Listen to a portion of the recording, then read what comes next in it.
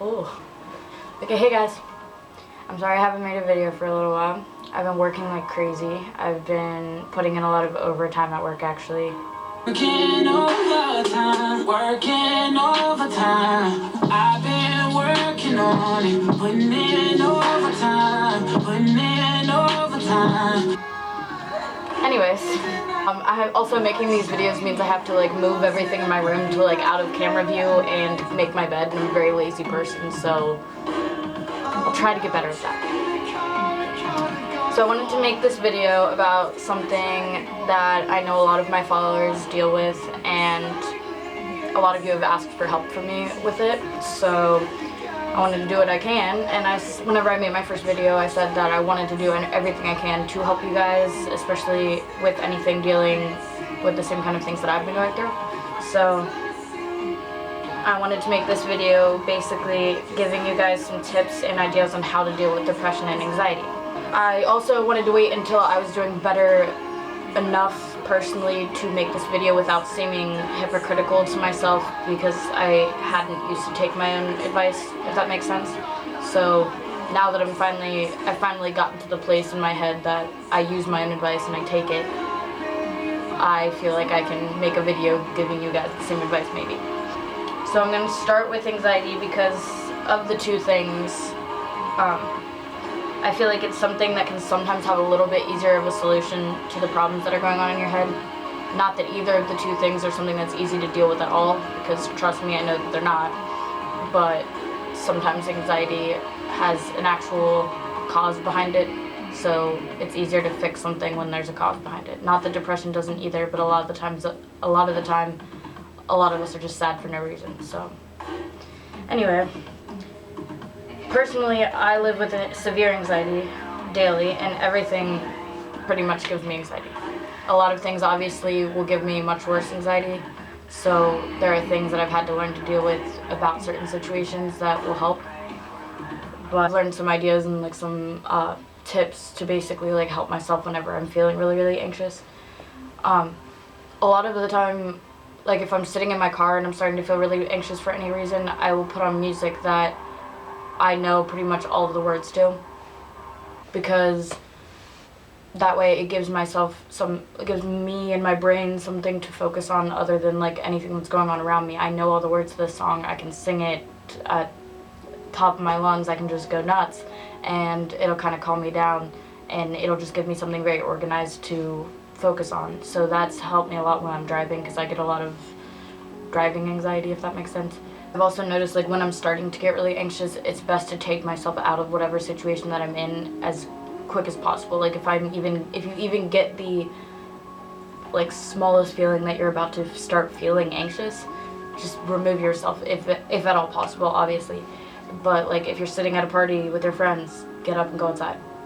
The only place that I've learned that it's hard for me to remove myself is sometimes I'll get really anxious while I'm at work, and working where I do, it's not a place that you can just get up and leave. Like you have to have someone fill in your spot really quick. I work at Chipotle, and I work on the line, so like I can't just like leave in the middle of doing someone's burrito.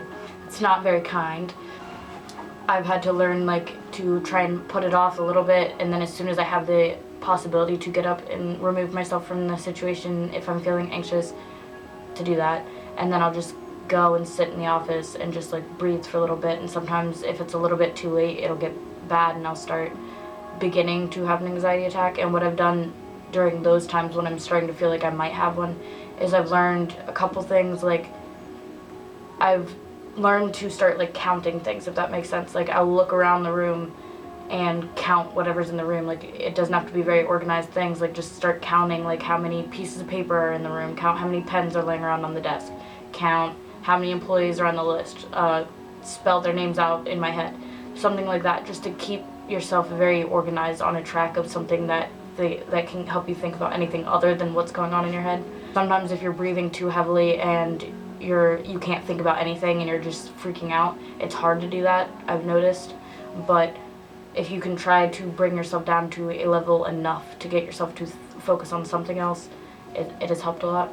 Anxiety has a lot to do with breathing too, and a lot of the times we're making ourselves freak out and we're causing ourselves to breathe really heavily and panic in our chest basically. So you just literally have to sit there and tell yourself to breathe right and to breathe, take deep breaths. And it's really hard to do that, obviously, but if you just sit there and tell yourself over and over again, like, take deep breaths, just focus on breathing for a little bit as well, that'll help. Those are a couple of the ways that I've learned how to deal with my depression or my anxiety.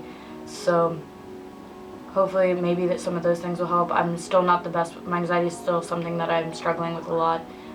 Medication actually has helped a lot with that one for me. I know a lot of people don't agree with medication because, like, it can help a lot of people, or it can make a lot of people feel kind of sluggish and like zombie-ish and just like not feel like themselves. And that used to happen to me with a lot of medicine too, but you really just have to like mess around with a lot of things with your doctor until you find the ones that work for you.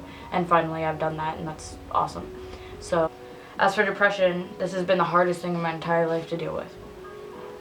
It doesn't just go away and you're kind of stuck with it all of the time. But there are things that you can do that'll make living with it a lot easier. The number one thing that you have to remind yourself, as many times as you might have heard it in the past, is to try. Can't stress that enough, and it might be a little bit hypocritical for me to say that because that is probably one of my biggest problems in the past, is that I would always say like, oh, I'm trying, I just can't get better, and things like that. And you really have to try so hard and put in all of your effort that you have, because you can't get better if you're not putting in maximum effort. You can't make any mental health progress if you're not going to try as hard as you can. If you think you're trying as hard as you can, keep going, try harder. I know that it's literally hard as hell, but never give up. Another mistake many people I know have made that deal with depression, including myself in the past, has been that they will find someone that gives them that really happy feeling, and they will just pour every ounce of that happiness into that one person. That's not really fair to the other person, because most of the time that's expecting way too much out of them, and that can cause problems later on. If something bad happens and you guys aren't really a part of each other's lives anymore, them leaving will also take away every ounce of happiness that you put into them, which can be literally all of it, and that can put us into a bad funk and cause us to go back into a bad place that we were before we found them, and that's not a good thing. You don't want to take all of your happiness. Like, it's a good thing, like, don't get me wrong, it's a very good thing if you find someone that makes you really, really happy, but don't put everything you have onto this person's shoulders, and don't make that person your happiness. Find happiness with them, but don't make them your happiness. Also, it's really, really hard to love someone the way that you need to if you don't have any love for yourself. So before you worry about loving another person, please try to work on loving yourself the way that you would want someone to love you, because you do deserve that as much as you don't want to think that. You need to focus on giving yourself the kind of love that you do deserve, if that makes sense. Because you're not going to find someone who respects you and treats you the way that you need to be treated if you don't treat yourself that way. So, just a reminder, just a thought. Another thing that you can do is to try to find things to do that will distract you. Like for me, my thing that I do is writing. I write a lot, and it has been like my number one source of an outlet for me, and all my negative emotions, like I would just pour them into the things that I write, and it has helped me so much with everything that I've gone through. And for me, like, that's just my biggest thing that's helped a lot, other than my medicine and talking to someone about my problems. It's helped a lot.